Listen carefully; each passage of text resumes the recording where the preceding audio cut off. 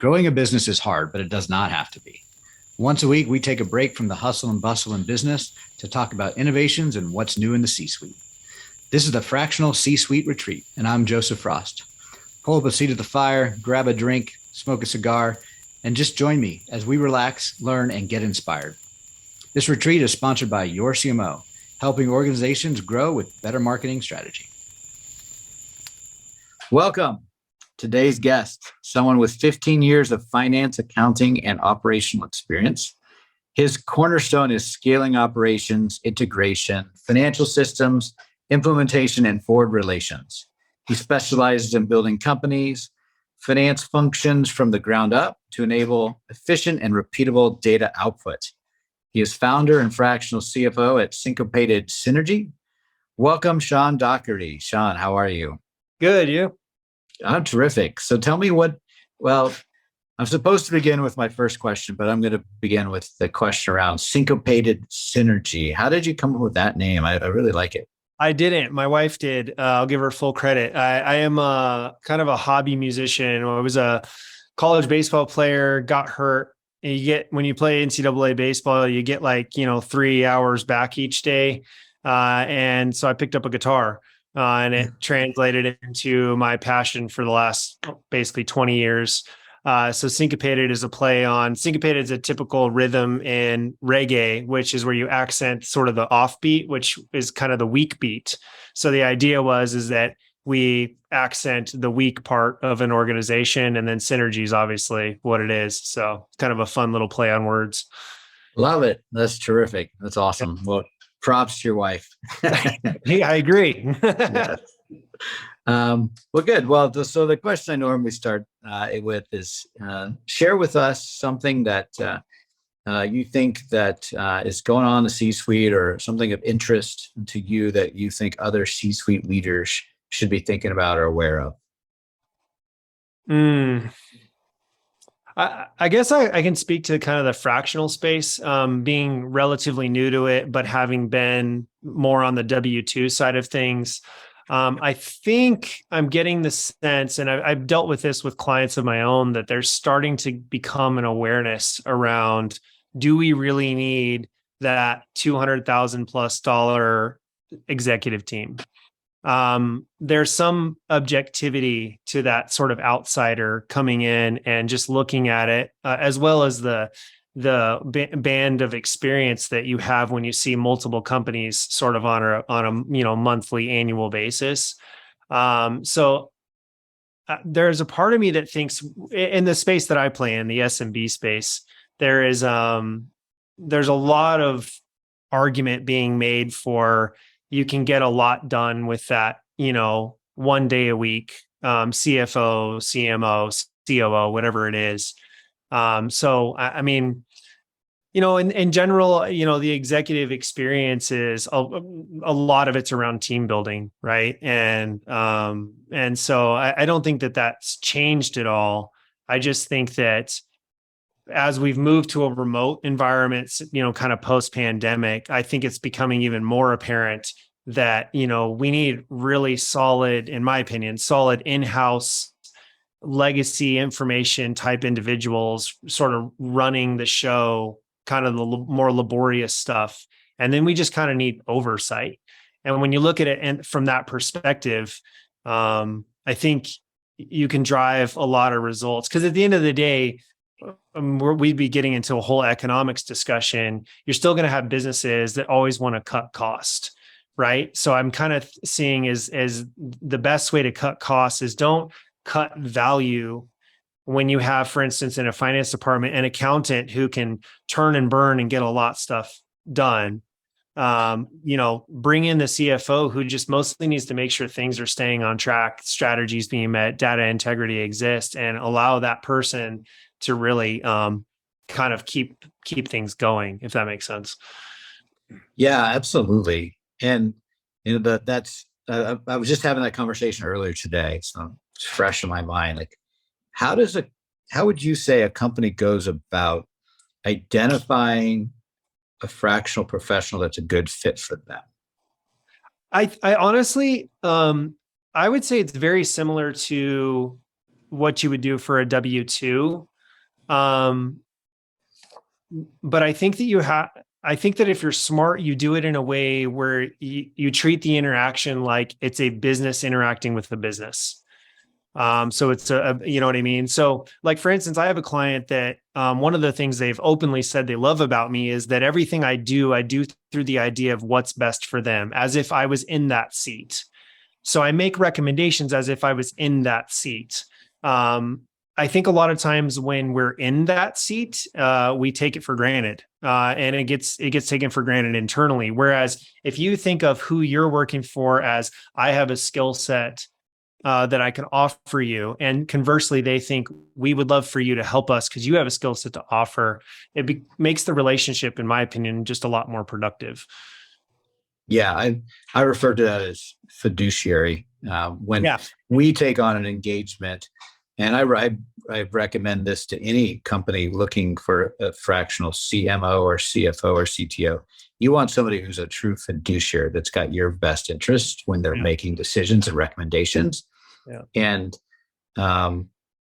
most of the time you get that with fractional professionals that are currently on the marketplace, but sometimes there's what I call imposters or posers out there, the people that represent themselves as fiduciary, but might have an alternative motive or ulterior motive. Like they have a software they're also selling with their service, or they have a service team behind them that's doing additional work that just so happens the strategy always leads to that one team doing the work. And you got to be careful. You want someone who's truly a fiduciary in that seat to make the best decisions.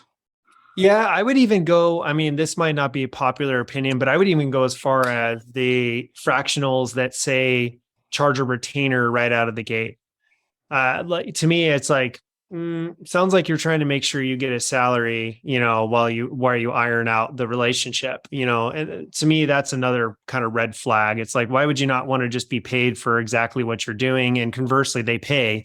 And then as you reach sort of a homeostasis in the relationship, then you can develop something that's fair to both parties. But that's another one that I see where I'm a little, I don't know if I'd be a little hesitant of that company or individual. Yeah, that's interesting. So when you think of how you charge versus those alternative ways, what do you charge by the hour, or do they? Okay. I charge by the hour, and I discount on the terms of ongoing versus project, obviously. But I'm ultimately trying to get enough data on the hours spent on what is needed. Because this, when you go in as a fractional, it usually starts off as one thing, and then it ends up with 15 things that they want you to do once they start to realize what they've got. And so I look at it like, let's get to that 15 things. Now we've got a homeostasis, and then let's discount that rate. Let's turn it into something where it's like, I don't have to clock watch. You don't have to clock watch, but you're 100% sure you're getting all the value out of my services or somebody on my team, versus let's just charge a retainer because I'm worth it. And it's like, yeah, but what if when you start off, sometimes it can take a month before the onboarding's even like completely done. For whatever, a lot of times, like in our situation, company systems aren't great. So it's like, well, let's just keep being a fiduciary. You pay for what you use. And then as we get more comfortable and we understand what's going on, then let's move to something that's, a little bit more, less, like I said, clock watching. Yeah. I like that approach. So our approach is a little different. We don't charge hourly. So that's kind of been a core tenet of ours. We just didn't want to have that as a pricing model.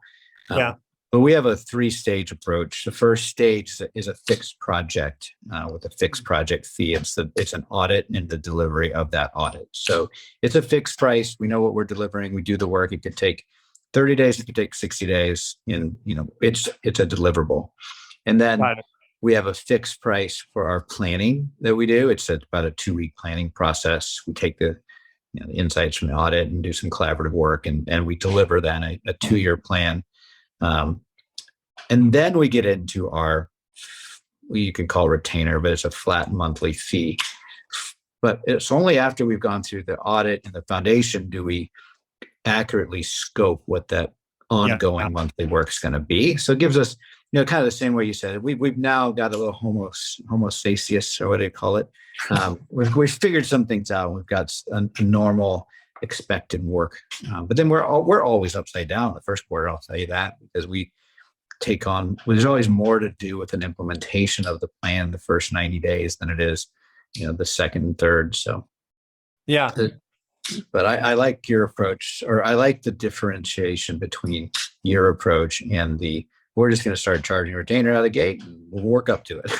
Yeah. It's like, hopefully the value will be there and whatever. I think a lot of it too is I personally have yet to have any clients where they knew exactly what they needed. They knew exactly what was going to be done. That just hasn't happened yet. And so in that case, I'm like, well, I want to be fair to you, and conversely, fair to the relationship. So I think that's from, your sort of scoping you were talking about for 2 weeks, that for us could be 2 months, Yeah. And so that's why I usually tell clients, like, look, give me 2 to 5 months or so. We'll have this ironed out and then we'll be in a good spot, and then we can charge something that's way more reasonable, because it's, being a fiduciary, it doesn't make sense to be paying hundreds of dollars an hour for somebody, and for a long-term solution. That's just not a good use of your funds. Oh. So I'm curious, you work with a lot of different businesses, and as a fractional, when you go in, are you usually the first fractional, or are there fractional professionals that were there before you? All the ones that I have engaged with so far, I'm the first. Yeah. Yeah. And then does that, because of their position as an accountant, not accountant, but as a financial focused fractional, do you make it obvious that maybe there's other people on the team that could be replaced? Or do you look at, it's more incremental value we could find out in the marketplace to add to the team? Like, how do you navigate that? Yeah. A little bit like how when you go in and it's, in my case, it'll be an SOW will say, help us with this. And then 2 months later, it's help us with these 10, 15 things. I think it's a bit like that. As you know, when you go in, part of the kind of the beauty of being a fractional is you are viewed in some percentage of the relationship as sort of an outsider, which is where you become a bit of a confidant. And so that's usually where I find, like, oh, okay, so it actually turns out that so-and-so or such and such department has got kind of a big problem. And then that's where my referral base is so valuable, and knowing really great people in these different disciplines. But I haven't really been in this scenario. I kind of look at what you said as a bit like what an EOS implementer or a business coach would do, right? Where they're going in and they're like, okay, show me the team, just open up to me.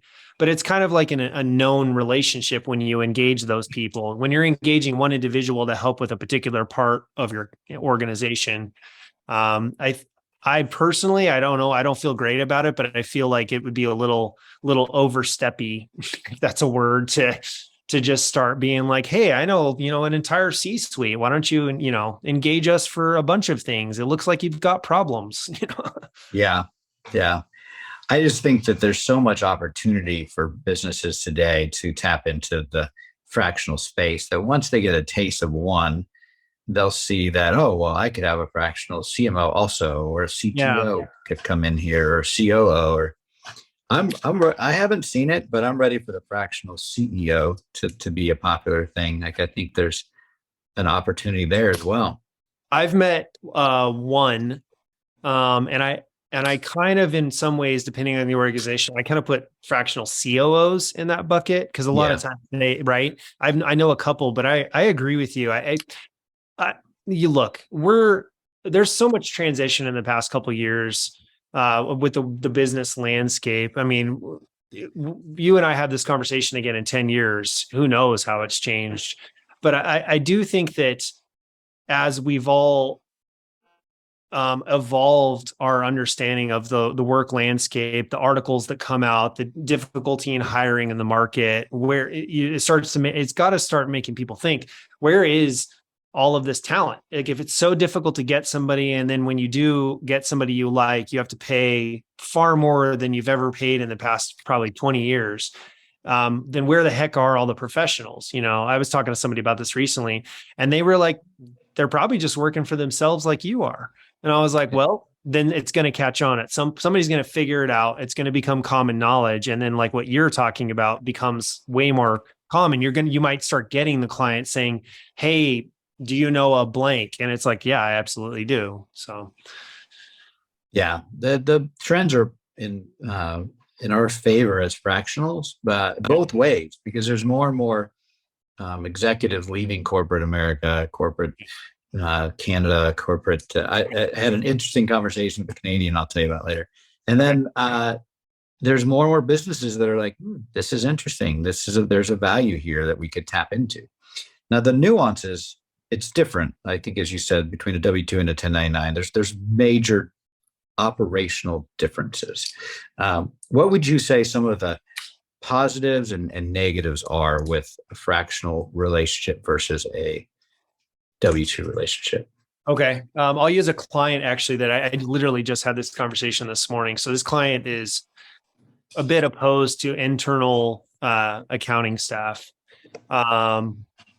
My argument is I can agree to an extent. Let's say you need 5 people. I can agree, sure, you maybe don't need all of these people internally.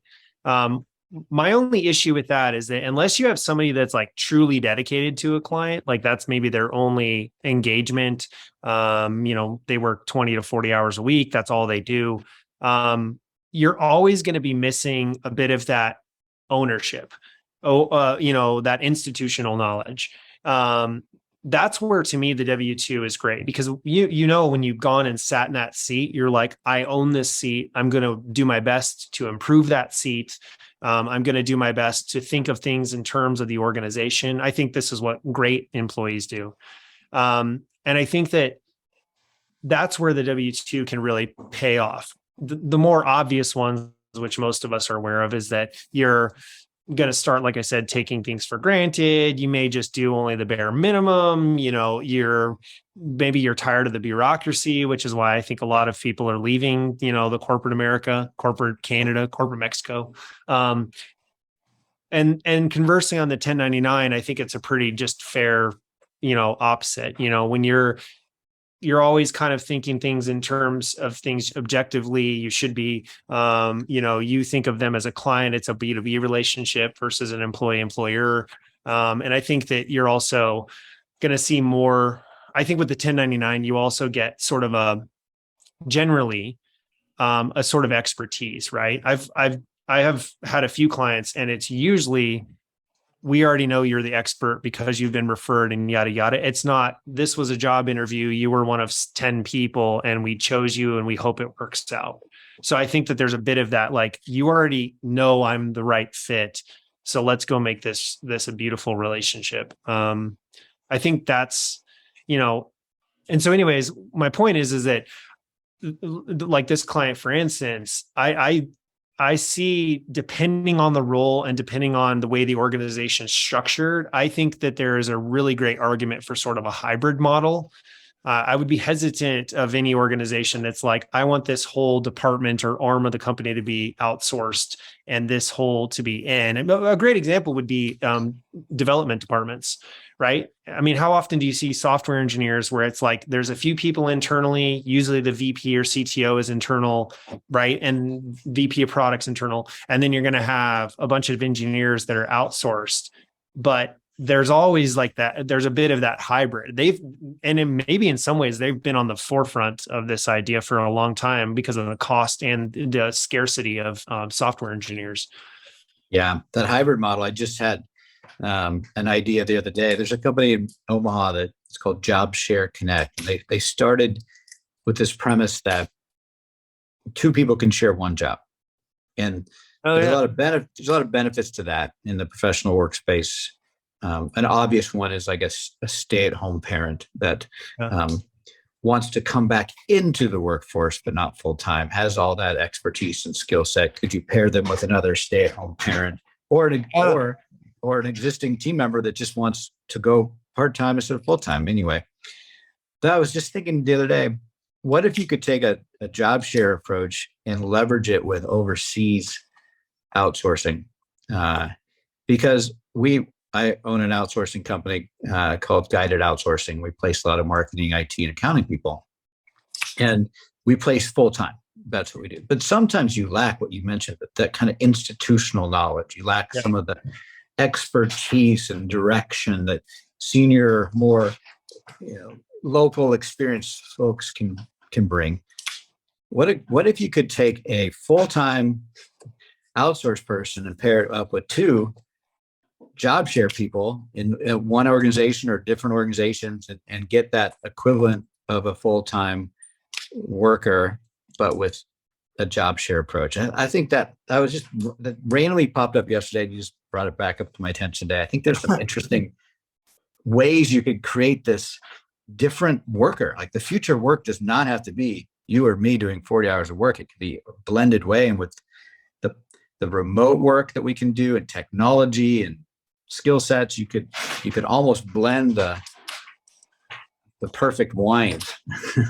Well, and if you want to I'm big on collaboration.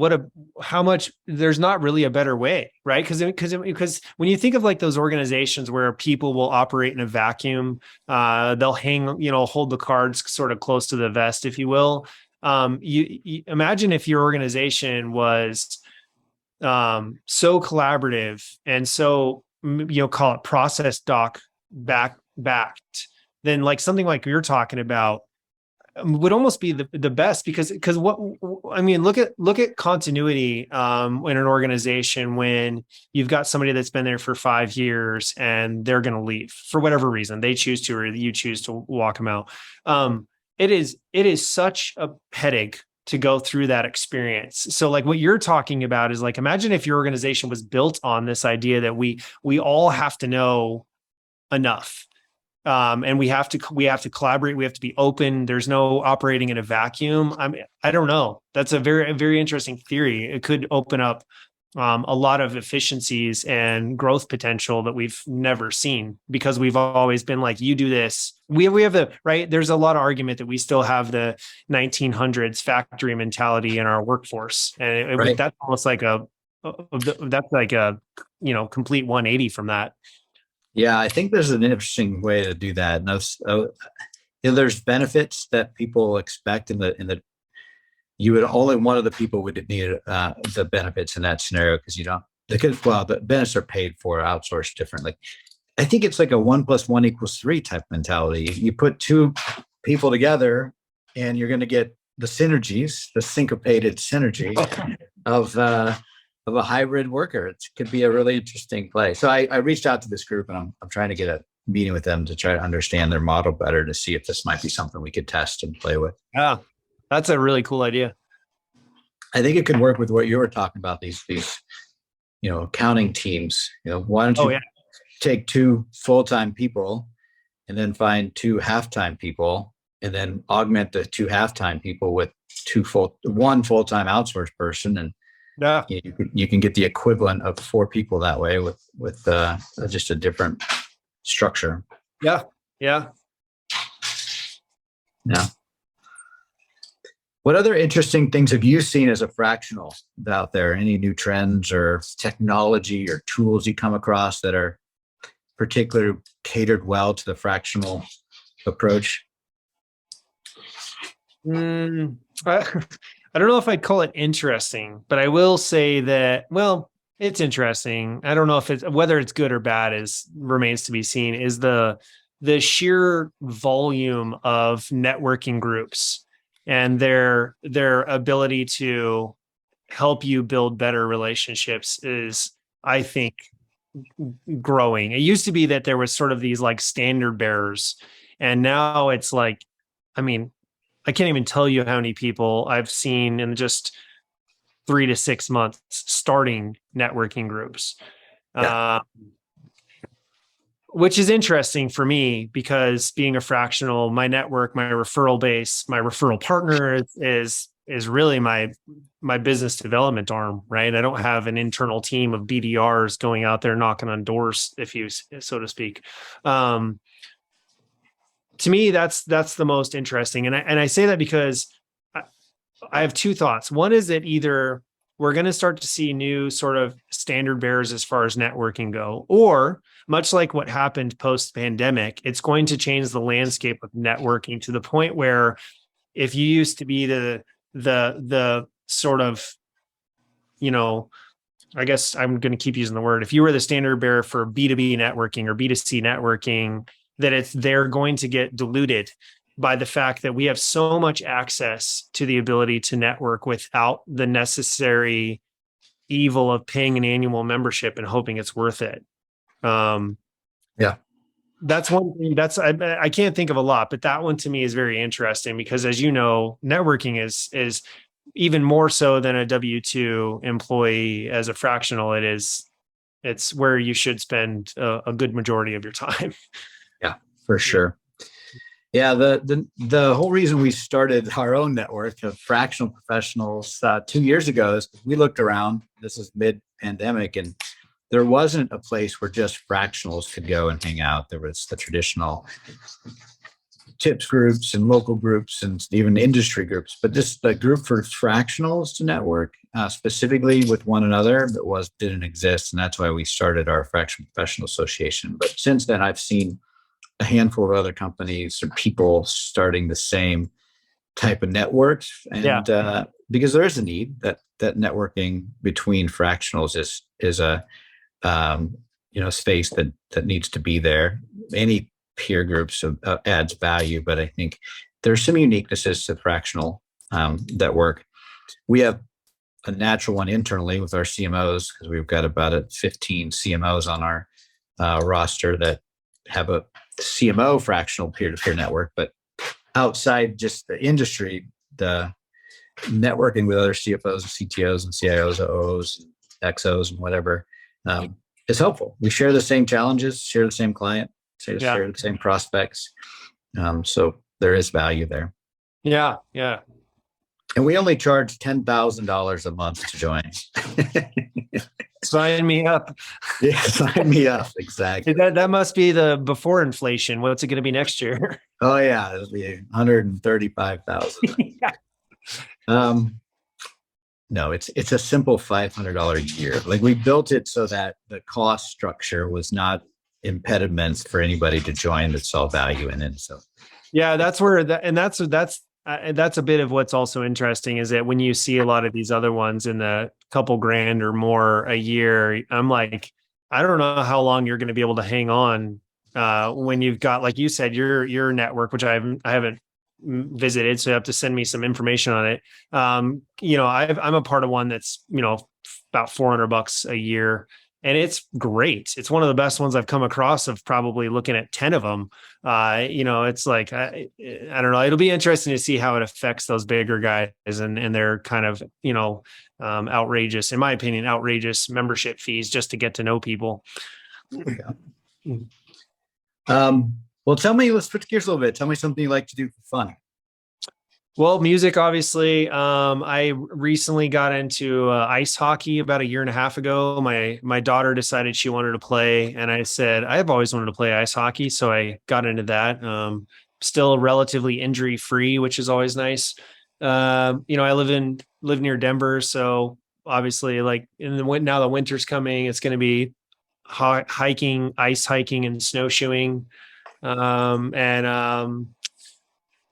I ride an adventure motorcycle. So now that's starting to wind down, but I had a lot of fun this summer. And then, the other big one is travel. We, now that the pandemic's kind of subsided a bit, I've got a couple trips planned. So yeah, pretty straightforward. We got a bunch of animals at our house. So it's, got a couple dogs, cats, chickens. So traveling's always an interesting experience because it takes a small army to watch our house when we leave. Yeah. We've got a little Maltipoo. She's scratching at the office door back there. Whenever we travel, we're lucky enough we can just drop her off with my parents. But this last trip we took to Colorado, we drove, for those that don't know, it's like a less than an 8-hour drive to visit my son. We brought her with, and we went up to Estes Park, spent a weekend there. Yeah. Found a place that was dog friendly and it was perfect weather. It's like just 2 weeks ago. The leaves were changing, went for some nice hikes and just had a blast. Yeah, had a great time. Yeah, that's awesome. Yeah, we're big. we're big hockey fans as a family. So obviously now the hockey season's in play. We've, going to a game or watching a game pretty frequently, but it's from being a fractional and running a business, it's a lot of work. So when you get that couple hours, if you can, it's so valuable to just turn things off and spend time and relax with your family. And we do that probably more than anything else. Do you follow DU hockey, Denver? A bit. I mean, you obviously hear him just watching the Abs here. You hear about them pretty consistently, but yeah, we get a lot of players from DU too in Colorado. So yeah. Yeah. My daughter graduated from DU last year in the summer, and they won that national championship. Big deal. Yeah. We had to hear about it at the graduation. 3 or 4 times the speakers came about it. Like, they were pretty proud of that. They donned Denver hockey capital of the US or something like that, because there was like them, the Avs, Denver East won the national championship, and some 12U team. And like you said, it's like every broadcast, every hockey rink I go to, there's some, thing on the boards for it. It's on street signs, and it's pretty cool. Yeah, it's a big deal. Yeah. Now, have you ever done any curling on the ice? I have not, but funny enough, when I moved back here in 2015, I live off of 6th Avenue, which heads into the mountains, and there's like the Colorado Curling Center, which is driven by it. Yeah, it's like maybe less than 10 minutes from my house. And every time I drive by it, I'm like, there's a surprising number of cars in the curling center parking lot. Yes. So my buddies and I have been curling for about 5 years now. Really? Yeah. They have it in Nebraska? Oh yeah. They've got a club, the Xarvin Curling Club. It's been around for a long time. We play on a sheet of ice at UNO Baxter Arena. So it's their practice ice. So they'll set that up 2 or 3 nights a week. There's 5 curling. Are they called lanes? No, sheets. 5 sheets, and we're just we're amateurs. We have fun, but the Colorado club, I mean, that's legit. They've got their own building, their own ice. They probably have a little clubhouse in there. It's probably a pretty nice place if you ever get in there. I bet you would enjoy it. Yeah, now you're making me think I should go check it out. Curling's like something, it's like, to me, it's like one of those obscure sports that you see when the Winter Olympics come along, and then you just kind of forget about it. It's not like I never think about curling, right? So wait, can you play it in college? Yeah, I'm pretty sure there's college teams that play and compete. They may be club, but there certainly are, because I know we have people who have played in college that come up and play for our club at times. It's as somebody who's played a lot of sports growing up, and a decent amount of sports in high school, not college, but I never thought of curling as much of a sport, and it's not.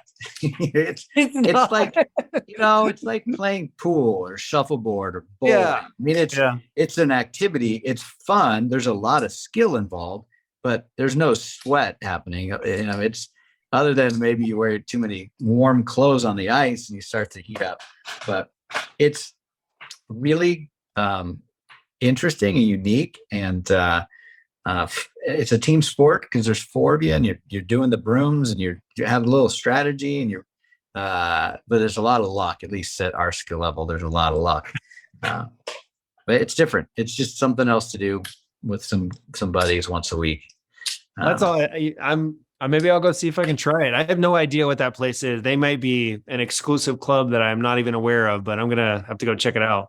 Well, what you might check out is our club does learn to curls. So it's like they'll pick an afternoon or something. You sign up and you come in, and they just teach you the basics of curling. So you find out what the rules are. You get to practice. Then you get to play a few rounds, and actually it could be a really fun family event. Yeah, that's what I was thinking.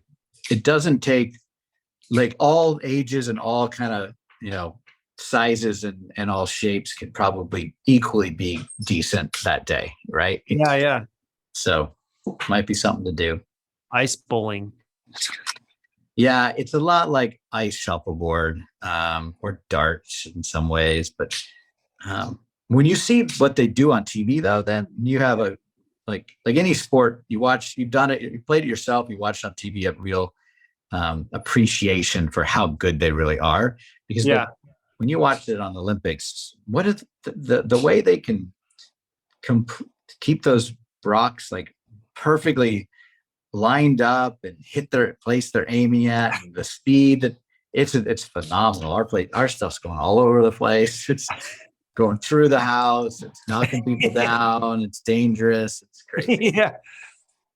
We got into archery, traditional archery, and that's just like you said. When you watch, granted, in the Olympics, they are like decked out head to toe for the ability to hit a target. But when you see that, like, the difference between winning and not is like all bullseyes and one of them isn't a bullseye is amazing. Because when you shoot like traditional archery, you're like, you get a bullseye in like 50 shots and you're like, I did it. You know, it's like golf. Like you get one good shot in golf and you're like, I'll be back next year, you know?